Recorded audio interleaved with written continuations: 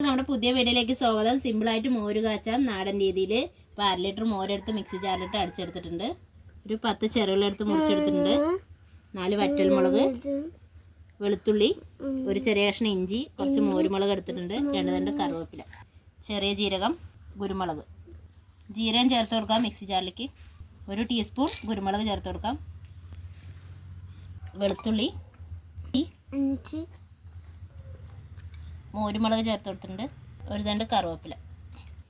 ചട്ടിയിലേക്ക് വെളിച്ചെണ്ണ ചേർത്ത് കൊടുക്കാം. കടുക് ചേർത്ത് കൊടുക്കാം. ചെറുള്ളി ചേർത്ത് കൊടുക്കാം. മഞ്ഞൾപ്പൊടി 1/4 സ്പൂൺ മഞ്ഞൾപ്പൊടി വെച്ച ജീരകവും വെളുത്തുള്ളി ഇഞ്ചി കറിവേപ്പില ചേർത്ത് കൊടുക്കാം. മസാല ഒന്ന് വഴണ്ടിട്ടുണ്ട്. നമുക്ക് മോര് ചേർത്ത് കൊടുക്കാം. 1 കപ്പ് വെള്ളം ചേർത്ത് കൊടുക്കാം. മോര് കറിക്ക് ആവശ്യത്തിനുള്ള ഉപ്പ് ചേർത്ത് കൊടുക്കാം. മോര് കാച്ചിയത് റെഡി ആയിട്ടുണ്ട്. അപ്പോൾ നമുക്ക് ഗ്യാസ് ഓഫ് ചെയ്യാം.